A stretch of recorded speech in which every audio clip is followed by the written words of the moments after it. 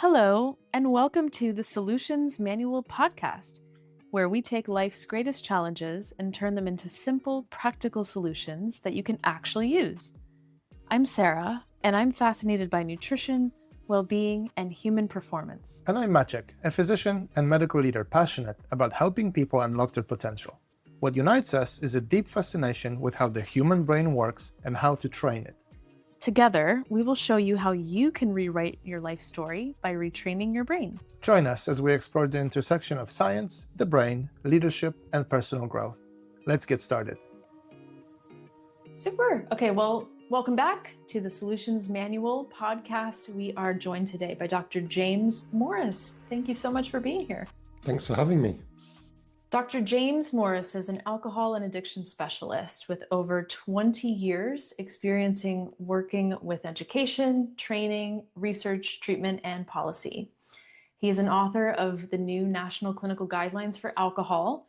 He's a behavior change trainer and practitioner, and his research focuses on the social psychology of alcohol use and its problems. James has had his own experience of recovery and is also the host of the Alcohol Problem podcast. Thank you, James, for being here with us. Thanks again. So tell us about your experience and how did you choose to specialize in such a specific area where a lot of people need help? Sure. Yeah, so a lot of it's by chance, as these things often are. But yeah, I was a kind of teenager in the 1990s, which in the UK was a period where alcohol consumption was just about to peak. So since 2004, we have seen declines in youth drinking. So teenagers and younger adults are drinking less than they did 20 years ago. Yeah, certainly in the 1990s, it was kind of what's called peak booze, where overall alcohol consumption, particularly amongst young people, was really at one of its all-time historical peaks, certainly over the last 100 years or so. Yeah, so I grew up, at kind of 14 years old. It was a social norm just to kind of buy alcohol in off licenses and get drunk in parks. And yeah, it's kind of strange now to think that that was possible, that, the kind of sales to underage, obviously have to be 18 to buy alcohol. Yeah, it's kind of weird that people were able to get away with it back then, but yeah, it just kind of was a thing. Or, obviously with alcohol so widely available, people and pretty cheap, people can get hold of it if they kind of want to anyway, but it was especially easy back then and very culturally normalized. By the time I arrived as an undergraduate at university, so I was 19, I'd taken a gap year, I did some traveling and was drinking, as often as I could. And I developed quite a lot of tolerance. So my alcohol use, to get the effect I was looking for, which was intoxication and sort of, drunkenness, I'd have to drink more and more. And yeah, it got to a point where, I needed to drink so much that it actually caused me physical health problems. So in my first year as an undergraduate, I started to get health problems, particularly alcohol-related gastritis. And that was a bit of a wake-up call. So I tried to moderate my drinking and I didn't succeed really. I was always just, once I was out and drinking, forgetting about the consequences. The kind of health consequences were a wake-up call and did trigger a change process. And then I just stopped drinking basically after my second or third attempt and didn't drink for most of my 20s. And then when I graduated, I got this alcohol-related job. It was more in the policy field, but I became increasingly interested in the health and treatment side of it. And I began to become aware of the controversy around not everyone, but generally it's believed that if you've got an alcohol problem, you have to stop and you can never drink again. And very much that's associated with the classic alcoholism model. Sure. But yeah, there's kind of really good evidence out there now that for many people, particularly if you don't have high severity alcohol dependence, a long history of severe physical addiction to alcohol, then particularly for lower severity problem drinkers, relearning to drink or moderating your drinking is more possible for many people. So there's a systematic review and meta-analysis that came out in 2022, I think, by Hensler et al. And yeah, that just really shows that many not everybody, of course, for many people, abstinence is the best option for a range of reasons. But for some people, controlled drinking or moderation or non-abstinent recovery is a legitimate outcome. And so, yeah, I experimented with that. And yeah, I think that was probably 14, maybe even more, 14 or so years ago now that I started that experiment. And yeah, I've been drinking low risk levels since then, or drinking without any problems. And in that time, that's also influenced, obviously, my research interests as well. So, yeah, my research interests especially focus on what the beliefs people hold about addiction or alcohol problems and how that influences whether they recognize that their drinking might be a problem or what it means to consider an alcohol problem in different ways. And yeah, so I did a lot of experiments testing, believe like an alcoholism model versus something a bit more nuanced, like a kind of spectrum or shades of grey model. We found the latter is more likely to result in heavy drinkers recognizing who aren't seeking help or treatment. They're more likely to recognize that, yeah, maybe their drinking is causing harm or a bit of a problem or something they should think about changing. So the alcoholism model obviously works for many people who identify with it and maybe participate in Alcoholics Anonymous and really take on that label and its implications.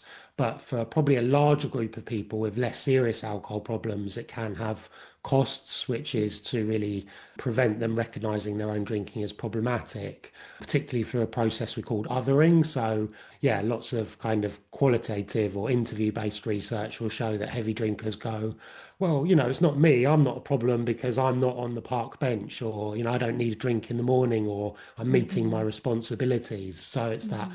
pointing to the sort of, in inverted commas, alcoholic other as a more extreme stereotyped other to sort of justify their own drinking as non-problematic. And if they hold those beliefs, it probably extends beyond just the behavior of drinking alcohol. How often do you find that whatever beliefs they hold might also extend into their professional or personal relationships? Or do you find that can you give an example of maybe one of those beliefs and how that might be more applicable or not for some people? Sure. So, yeah, I mean, there's in sort of psychology, it's often called mindset. So it's quite a controversial field, actually, because, in the sort of, I think particularly in the 70s and 80s, there was this really big growth in mindset-based research where this idea of having a growth mindset, believing that change is possible rather than a fixed mindset where you think, I am this kind of person and I can't do maths or whatever. So particularly in Mm. education-based contexts, these kind of growth mindsets became quite a sort of area of excitement and perceived promise. But there's been some controversy around the replication of that research and maybe how publication bias, more positive results are more likely to be published rather than negative or null findings. So the idea of basically in the context of recovery is that if you think you can't change your drinking, you're much less likely, obviously, to attempt to change it. So the idea, the term in psychology, self-efficacy, is your confidence to change your behavior definitely is one of the strongest predictors of how successful someone is likely to be in changing any kind of behavior, really. Also, obviously, coupled with a range of other things like to what extent you recognize it as a problem, what the social norms around that behavior are. People have, to different degrees, fixed or growth mindsets about all aspects of their lives. Again, whether it's like maths, like I always believed when I was young, oh, I just can't do maths. And then when I did my PhD, I was kind of forced to do some fairly complex statistical stuff. And yeah, I really just was like, oh, I'm not going to be able to do this. But actually, just by putting the time and effort in, I was actually able to. And with that, my confidence grew. And now I believe, yeah, I can do it if I sort of put my mind to it. So, yeah, the same sort of can apply that people, obviously, with addiction or dependence, a key characteristic of that is feeling and experiencing difficulty controlling that behavior. So it's a legitimate belief in a way to feel like it's going to be hard to change, but Mhm. you don't want it to become self-fulfilling where people feel like I can't do anything about this. And that's why kind of recovery stories and narratives are really important because they show people actually you can change and that inspires people or helps them grow their self-efficacy. And that's Mm. also part of why recovery or peer groups like AA can be really effective is because, they build up people's confidence by connecting with other people who have or are in the process of changing. Yeah. I think a fundamental point that you have just made, James, which is underpinning a lot of human behavior, you cannot think your way out of problems. It starts by doing. And trying to convince people that, oh, you need to have a different mindset and that that's somehow miraculously going to change your behavior, it's a big no. And it's not just in this context. We see this in leadership space, on our corporate space, repeatedly. Oh, you're a bad leader because you have a wrong mindset. That's not how that works. It starts with behavior. Right? You're learning complex Yes. statistics because you have to. Turns out you can do maths. Well, you believe Yes. Yeah. change following action, not the other way around. Yeah. But I would Yeah. like to ask something about so I was educated abroad. I moved into the UK approximately 15 years ago. And there's one thing that I've observed that was different when it comes to social acceptance of drinking here in the UK was a certain practice that is, well, actually happens at least twice a year in every school, starting from a primary school level, where kids are bringing alcohol as a thank you for their teachers. I have three kids. They went to numerous different schools for different reasons.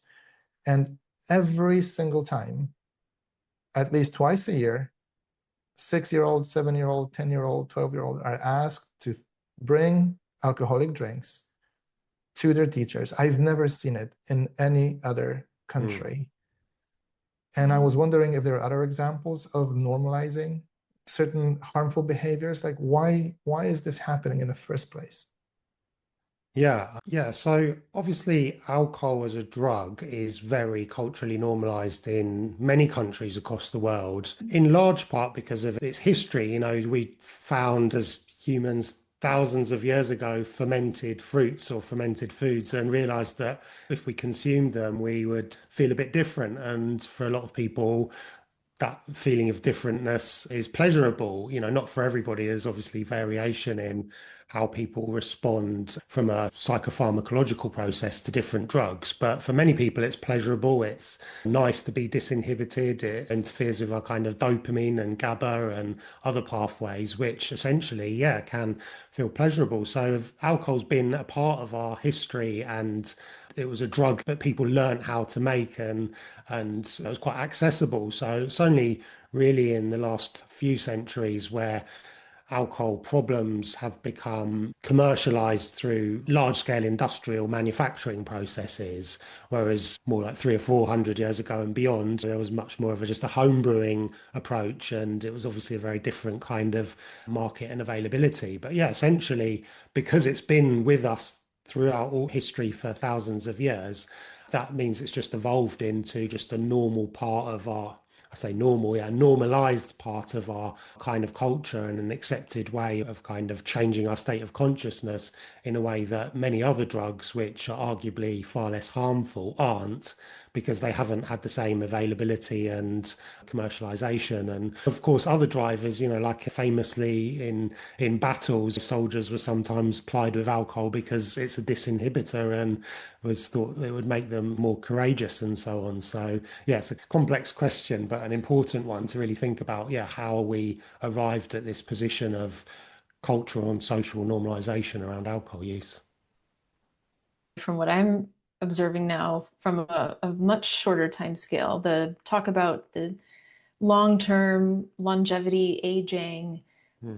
doesn't that sort of clash with a culture where alcohol is not just a normal thing, but how do you address aging well while maintaining that sort of social norm? People might be living longer, but they're not necessarily healthier. I'm not saying that the presence of alcohol is the only reason, but there seems to be some sort of clash there in terms of principle.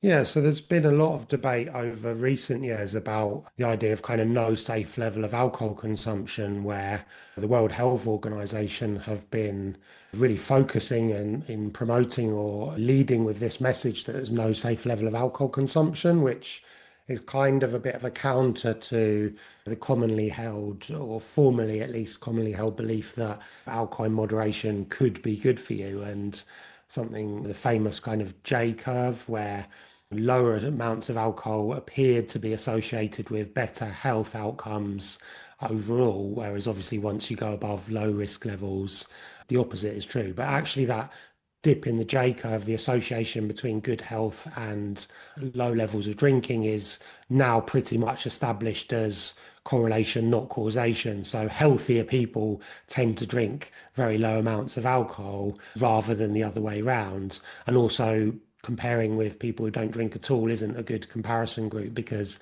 people that don't drink at all are often, experiencing serious health problems. Yeah, That's already why they don't drink. medically recommended not to. Yeah. Yes, or they have Mm. past alcohol problems and they're now Mm. abstinent, but they're still more likely to die Yeah. of liver disease than someone else. We've just recently done some research or testing of the no safe level to see how people, heavy drinkers, react to it. Because you could say it's about informed decision making. And if your overall lifestyle is healthy and you're drinking as an average healthy adult within the recommended guidelines, your overall increased risk of an alcohol related death is probably within the range of 1 or 2% over the course of your lifetime. And the assumption is that most people drinking that amount are going to take that. They're going to say, well, I enjoy my alcohol enough that a 1% or 2% or 3% increased risk of an alcohol related death in the long run is kind of worth it. But, other people are taking a different view and saying, well, actually, if any amount of alcohol is technically carcinogenic, and breast cancer is the real big risk factor for alcohol use. Where again, if it's low levels, it's not a hugely increased risk. But as soon as you do start introducing regular heavy drinking, the risks really do start to increase significantly. So yeah, it's a complex one. You've got to put alcohol in the bigger picture and say what are people's overall health status and health determinants and so on. But yeah, certainly once you're drinking above low risk guidelines, it can be a really significant determinant in terms of, yeah, overall health outcomes. And I think here specifically, you've discussed the guidelines. I think a lot of people also are not really familiar, don't really understand what it is, because the guidelines on this, let's say, as you said, acceptable use that only slightly elevates the risks of, specifically here you mentioned developmental cancer, although there are many other, it's not the breast cancer isn't the only one that's definitely associated with any consumption of alcohol. Those amounts are minute, tiny. I think this is something that people forget about. So I believe this is like approximately 2 units of alcohol a day. It's a glass of wine, right? The consumption at which your risk is elevated only slightly is tiny, and then it escalates or goes up rapidly every other amount of alcohol consumed. And I think that that's something that at least I have seen in my personal practice, is that people often are thrown off. Oh, I thought it's okay to drink wine. I only have a bottle a day in the afternoon after the kids go to sleep. Well, that's your weekly allowance with a surplus, right? Yeah, and people tend to forget that.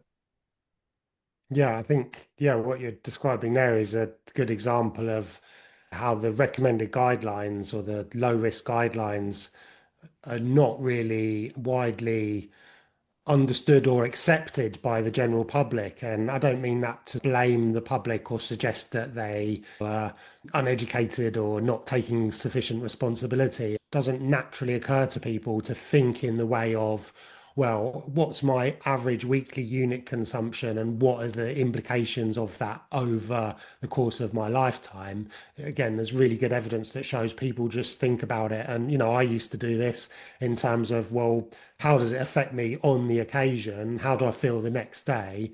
And to not really think about, especially as a younger person, whether or not it might increase my risk of certain disease conditions in 20, 30, 60 years time or whatever. So there is a challenge in terms of, yeah, like, to what extent do we try and help people understand that it's not a cut-off? It's not like stick within 14 units and there's no risk at all, but as soon as you go above them, you're going to die a horrible alcohol-related death. But it's a dose-response relationship, And the more you go above that guideline, the more the curve starts to rise really exponentially. So for someone drinking 60 units a week, dropping to 50 is going to carry a Massive much difference. bigger benefit than someone drinking 40 units cutting to 30. Yeah. So it's that dose response relationship that I think we really want people to think about. And, I often say to people, well, if you get prescribed medication or some paracetamol, you read the dosage and most people would stick to it pretty strictly.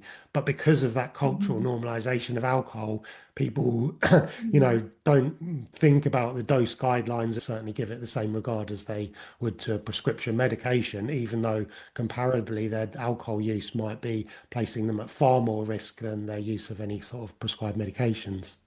Right.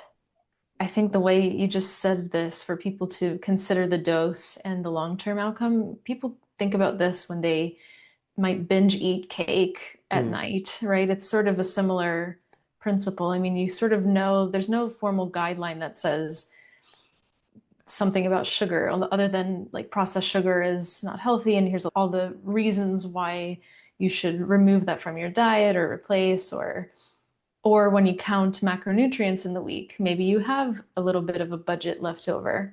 But I think for people, as far as food and nutrition, it's like a much faster mm. or tangible outcome. You don't necessarily feel good about yourself. If you're trying to hit a certain target, now you've exceeded your budget for the week, and now your personal trainer has some words or whatever it is. Whereas alcohol is inherently already shifting your mind, your mental state anyway. So it's if people maybe have thought about it in a similar way, and the long-term effects of me eating cake every week, weight gain, and just a lot more other health risks long term too. So it's very similar. It's Yeah. essentially. Yeah, and with all kind of, I suppose going back to the point earlier about kind of mindsets in the everyday, there's also, the kind of cognitive biases or motivated reasoning that we all apply to different situations. And someone called Alan Marlatt, who was sort of a pioneer of alcohol treatment or aspects of it, described apparently irrelevant decisions, where you could justify on any individual occasion, well, this one piece of cake or this extra sort of drinking occasion isn't going to make any difference in the long run, which is technically true to some extent. But of course, if you say that every time or even one every three times, it will make a difference over the long run. So, yeah, again, with the cultural normalization, there's so many opportunities to make these kind of self permissions that distort our objective appraisal of like informed decision making or set us back off our goals or just give us a kind of different sense of what the actual risks are versus what we might want to believe they are. James, you have said something very important earlier that people drink because it makes them feel in a particular way. There's Mm. something that it allows them to be or be seen as or perceived as, or they feel different about themselves after they consume alcohol. What is it that people are hiding, or what is it that need to feel different about? Yeah, it's a really big question, but a very important one and fundamental to why maybe humans do anything we do. At a base level, psychology would say all human behavior is in some way goal directed towards making us feel better or feeling less bad. And it's an oversimplification, but it does underpin a lot of our kind of human motivation. And Mhm. of course, people, as I said, when they drink alcohol, there are effects that make them feel better or less bad. So in the alcohol literature, it might be called enhancement motives versus coping motives. So if someone's got depression or anxiety and alcohol use in the moment reduces those symptoms, it's an understandable coping motive. But actually, a lot of that gets a lot of the kind of blame attribution for drinking motives, but enhancement motives are as if not more important, even in a lot of heavy drinking kind of context or problem drinking context. So the idea of, as I said earlier, escaping or drinking to get drunk as my motives as a kind of teenager were in my head was like, right, I'm going to go out, I'm going to have this amazing night. I'm going to get kind of really intoxicated. That was not the language I'd use, but and it to seem to me like a really good time. But in hindsight, I would say that I had I was using alcohol as a form of kind of escapism, but also it's a bit more complex than that. I had some challenges in my childhood that, wasn't the easiest. My parents separated when I was 2. It was quite hostile. There was legal stuff and lots of fighting, and, we were always moving and all sorts of stuff going on. And as a child, I didn't really know how to process that or make sense of that or respond accordingly to the emotional consequences of that. So as a teenager, I just felt I had all this stuff kind of built up inside me and I didn't know what to do with it. But when I drank, it did feel like a temporary release. Obviously, the next day I'd feel kind of worse or hungover and the stuff was still there. So yeah, in my 20s or late 20s, I did quite a lot of psychotherapy that I think really addressed the underlying reasons why I'd developed a kind of quite destructive, problematic drinking pattern. So that's obviously fairly unique to me, but I would say that I think a lot of people would agree that obviously a lot of people develop alcohol problems because they're using it as a coping mechanism and it does work in the moment. In the moment, it does numb feelings or shut down anxious thoughts or kind of numb depression like symptoms maybe, but obviously it's not actually addressing the issue. And then but even then, in terms of the sort of enhancement side, you can't say just because someone's drinking for enhancement motives that's a problem.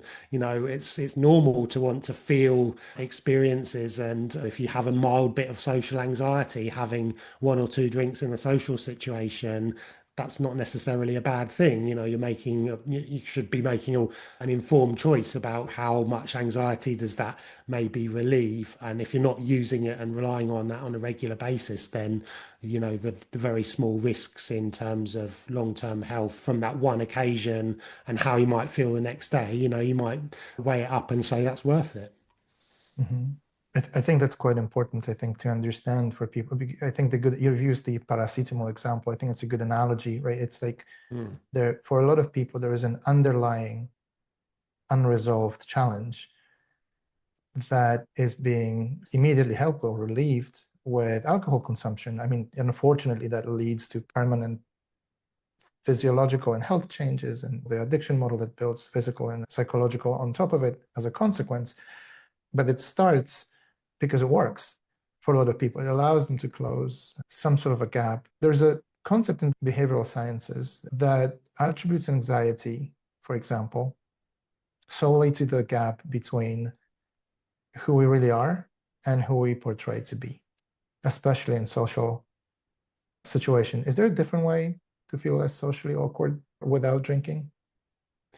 Yeah, for sure. I mean, a lot of people would say face your kind of challenges, and cognitive behavioral therapy is the most widely used kind of psychological therapy. And there's a lot of, again, debate about CBT. Some people are quite against it. There's a famous psychologist, I can't recall at the moment, it'll come back to me probably, but he was defending CBT in a podcast I was listening to, and he's saying, it's been overbought. There's not a problem fundamentally with CBT. It's just that because of its kind of relative simplicity, and you don't need to be highly skilled to deliver it versus some other modalities. Healthcare systems or psychological training programs have just all jumped on it because it's almost a bit of a quick win. But yeah, it definitely has a role and would be the kind of cornerstone of things like addressing phobias or anxieties, and in behavioral alcohol treatments, particularly things around like drink refusal skills. So if people are trying to moderate their drinking or abstain when they're in the social situations or the situations where there's going to be pressure to drink, really feeling confident and able and having strategies to kind of refuse drinks is really important. And yeah, so the kind of social anxiety thing could be really linked in with that. People might a strong motive for their drinking might be, well, I like socializing, I need to do it, but I couldn't do it without drinking because it wouldn't, just feel so weird, and I'd feel so anxious and I wouldn't be able to have a good time. Using kind of CBT based techniques to kind of challenge those beliefs and work through them would be quite good. And indeed, I found that when I stopped drinking at 21, I had a lot of those beliefs that I couldn't be the person I wanted to be, I couldn't be happy, I couldn't enjoy myself without drinking. Actually, when I stopped, because I kind of needed to from a health point of view, I went out anyway and didn't drink, but I actually had still just as much fun because you're still in the same environment. Yeah, some people are going to be putting pressure on you to drink, but you learn strategies as well how to deal with that. And I'd just buy drinks that looked alcoholic, and people just assumed you're going along with it. And then maybe as people get more and more intoxicated, you get kind of a bit bored and have enough. But you can absolutely still go out and have fun and a good time without drinking, even or especially when people hold those beliefs. It's often really useful to just to challenge them. And you mentioned before the quick wins. So when we think about helping people make these behavior changes, one point you made was that it didn't happen the first time that you tried to reduce your drinking in the first place, but I think you said that maybe the second time or it needed some modification. So when you help people maybe adjust their expectations or start to practice more of the self-acceptance that it sounds like too, how do you balance or how do you help people balance between not this all or nothing thinking and way of thinking or this failure mindset versus the importance of this progress and quick wins? How do you help people actually sustain, especially around something like alcohol, which has all these other environmental factors in it from your past, present, and future? Yeah, I think that the really important point you're making there is that behavior change is a process and it's an ongoing process, or recovery is often described as a journey. And the famous or classic stages of change model by Prochaska and Di Clemente has been superseded by more up-to-date scientific behavior change models like the COM-B model and so on, which take more account of, as you say, the really important environmental drivers and so on. But it still has a lot of value in terms of just simply understanding that behavior change is a process and involves it's a dynamic process that sometimes involves steps back as well as steps forward. And it's just so important just to normalize that and just really have discussions in a way which really don't lead to anyone feeling any sense of blame or guilt or shame, because often in this contemporary, certainly Western societies, there's this sort of idea about individualism, and it's strongly embedded within our sort of capitalist model of individuals working and contributing and building towards to achieve their own materialistic gain. But it has a lot of downsides, and addiction beliefs are embedded within that we're somehow like entirely autonomous beings, and that all it comes down to is our free will. And if we can't exert free will, we've failed and we should feel guilt or shameful. So it's really avoiding anything that really feeds into that narrative, because living is difficult, it's challenging. Alcohol is widely available. It's very easy to develop a heavy drinking social routine or pattern, and it's very easy to develop dependence, particularly if you've got underlying or other issues, as we've said, like anxiety or depression or whatever. So yeah, it's really just helping people to explore the complexity and history and story of where they got to where they're at and where they want to go, without really feeling like they have to sort of achieve it in one quick go, but at the same time realizing, yeah, there are some small things that we can do that are not going to be like massively difficult, but they're a starting point or a building block. So again, it goes back to that sort of building self-efficacy, building confidence by looking at strategies and maybe small quick wins, but without someone feeling they have to do it all in one go or by next week, or that they're to blame or should be ashamed in any way if it takes a bit longer than they might have hoped. Yes, I think the other thing you have, yeah, it's quite important that you have touched upon this.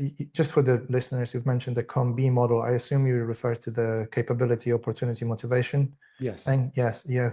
I personally like to modify it to so for the listeners, it means that when it comes to behavioral change, you need to have the capability, which typically assumes physical ability to perform a different or desired behavior. You need to have an opportunity to do it, which is the environment what you've mentioned, right? The social environment that enables or constrains a behavior. And I think that model also talks about motivation. which is like how you feel about this. I personally don't like motivation because it's a feeling, therefore it will go away when you least expect it. I prefer to replace it with consistency. It makes the acronym a COC model, so I'm probably not allowed to say it in public quite often. So, but yeah, but that's roughly what it depends on. And yes, like in practical terms, it has been successful, and it combines your intrinsic factors with shaping of your external environment to help you to get your results faster. I think another bit that we should point out is people sometimes, and I've came across this in my practice, when people seek help because of the challenges they have with problematic, let's say, alcohol consumption patterns, if they visit a healthcare professional, they are going to get a leaflet and be sent home in the vast majority of cases. And some note will be made on their notes, which will later for the healthcare system explain every health problem that they will subsequently show up with as related to drinking, whether this any sort of a cancer, drinking, liver diseases, drinking, hepatitis, drinking, pancreatitis, drinking, hypertension, drinking, cardiac problems, drinking, stroke, drinking, fibrillation, drink, all of that. Neuropathy, diabetes, whatever. Problem with pregnancy because you reported drinking.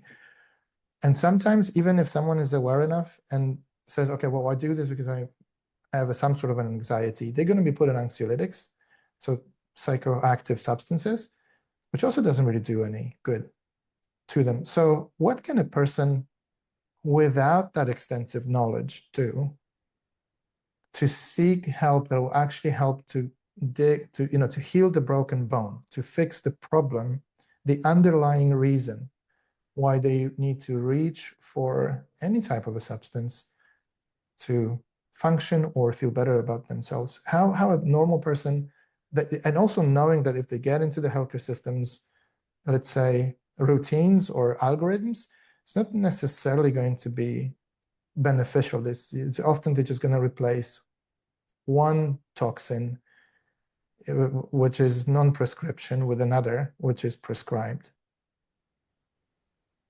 Yeah, I mean, it's difficult, isn't it? And I suppose it goes back in a way to the point about my kind of slightly political issue or very political issue with kind of neoliberal capitalism, this society that we're in. So Bruce Alexander, who's kind of most famous for the rat park experiments, where they showed that rats in socially deprived environments would just self-administer drugs until death. But if you put them in a park that looks like a forest and other rats to socialize with, they won't use self-administer drugs in that way. He talks about the kind of globalization of addiction as a problem of a disconnected society where everything's focused on material gain and material wealth rather than our kind of more existential or human needs. So yeah, obviously there's various different addiction theories that all have empirical support, including neuroadaptation. You can't deny that when we take substances, it does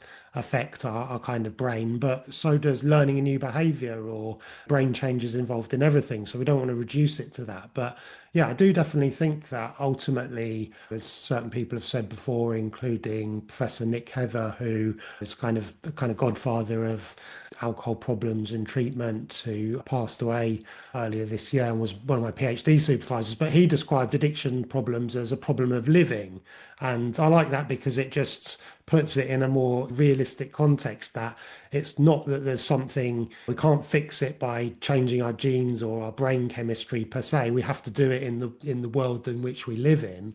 And the world in which we live in is often challenging, stressful, difficult. And so, yeah, for me, I think psychotherapy was a huge part of addressing some of the kind of underlying drivers of my problem drinking. But I still also have to do a lot to try and generally manage stress as much as I can, to try and make sure I've got kind of good social connections and good meaning and purpose in my life. So yeah, we can take a broader health and well-being approach and say, focusing on those things is going to be protective against wanting to use substances or other things in a problematic way.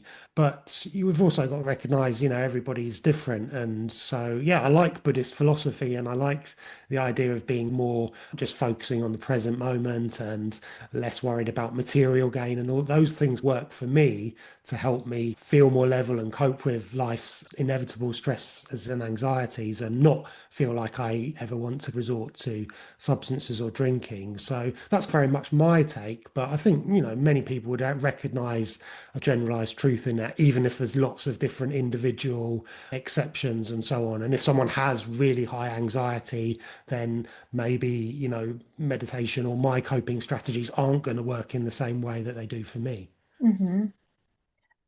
James, if you wouldn't have experienced what you did and how you did, do you think it would change how you help people with alcohol and addiction?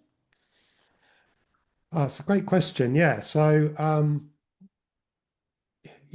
I suppose ideally I'd like to think not. I'd like to think of myself as, a really Hmm. evidence-led, critical thinking person that's very focused on what our outcomes are. But yeah, I think it would be foolish as a psychologist to claim that my own experiences don't shape, my interests and my practices. And especially in terms of non-abstinent recovery or controlled drinking, that's part of my niche because that's my own experience. And I'm always referring to Adrian Chiles, who's a TV personality or journalist and presenter who famously did a documentary in the UK where he was drinking very heavily, 80 to Mhm. 100 units a week. Yeah, drinkers And like me. yeah, exactly. Yeah, Yeah, yeah. I think it's Mhm. available to find online. And he cut down his drinking significantly, wrote a book about it, and I think I relate to his experience a lot because mine's not entirely dissimilar, but it's obviously a very different story from most kind of recovery narratives around alcohol use, which are more like hitting rock bottom, maybe withdrawal, losing everything or nearly everything, and now needing lifelong sobriety. So it's not that Right. I want to replace that model. It's just that I think we need to recognize the diversity and differences in experiences and Katie Vitkovits in America, who's an amazing alcohol researcher, is also very keen on this idea that we're too focused on alcohol as the issue, and I think that's reflected by all the conversations we've had, that it's alcohol problems of course involve alcohol, but they're actually often at their root not about alcohol. Right. And for people who are listening to this when it airs in January, what is the smallest step you would tell people who wanted to start changing their relationship with alcohol or the underlying things? Yeah, I mean, the smallest step in terms of just literally changing the relationship Hmm. with alcohol is just to monitor how much you're drinking. So Hmm. many people, or most people, just are not aware of units or standard drinks as the measurement, the dose of the drug that is being consumed. Hmm. And there's so many reasons for doing that, not least because of tolerance and cognitive biases. So people will obviously Yeah. underestimate. If you actually track it, they'll consistently come up with a much lower estimate. So that's a really important starting point. Mhm. But in terms of the underlying issues, it's obviously a more complex answer. But yeah, like if people are thinking about it, that is the first most important step really, or kind of stage in a way. So people often think about it for a long time, for many years before they make a change, and that's not necessarily, that shouldn't be seen as a bad or kind of shameful thing. That's a normal thing. There's some research that suggests that people kind of spend 10 years on average before changing a kind of, an alcohol problem or attempting to change it. So, yeah, just really trying to really be as honest and exploratory around the issue as possible. Obviously, there's a lot of shame and stigma around having being labeled as having an alcohol problem. So people are obviously understandable about reaching out for help. But, most people that provide support or peer support groups, are not places where people will be judged. They'll be hopefully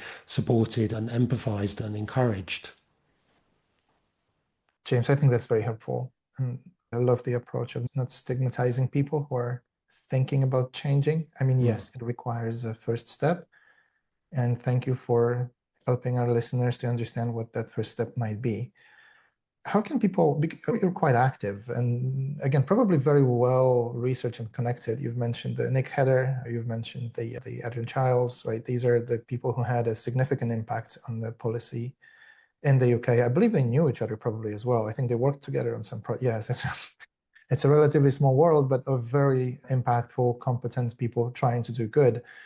And you're part of this movement, this network that helps people make a meaningful, positive change in their lives.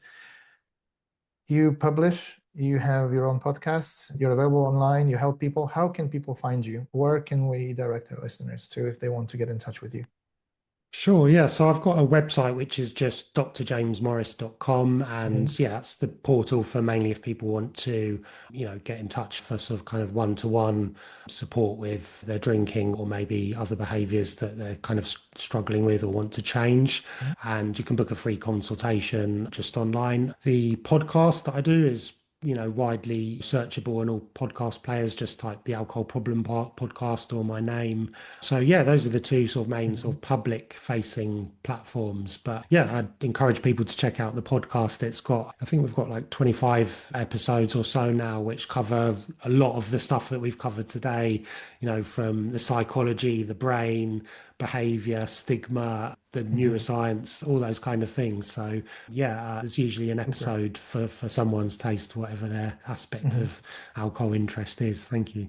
Great. And for any researchers that might be listening for us, I believe you run the Center for Addictive Behavior Research in London, or used to.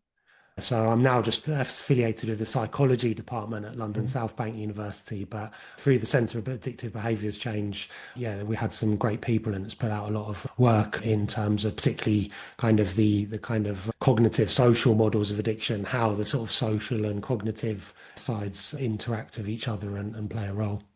So I understand if somebody has grant money to spare, that's on those topics, this is where they should be. Yeah, reach out. Yeah, for sure. Out. Yeah, any grant money would be very welcome. It's not an easy game to succeed in. James, thank you so much for sharing not just your personal story and experience, but a lot of the science and tips to help people think differently and clearer, hopefully. And thank you for being part of this conversation today. Thank you so much. I really enjoyed it, and there's some fantastic questions on there. So yeah, I really, really enjoyed it. Thank you. Thank you.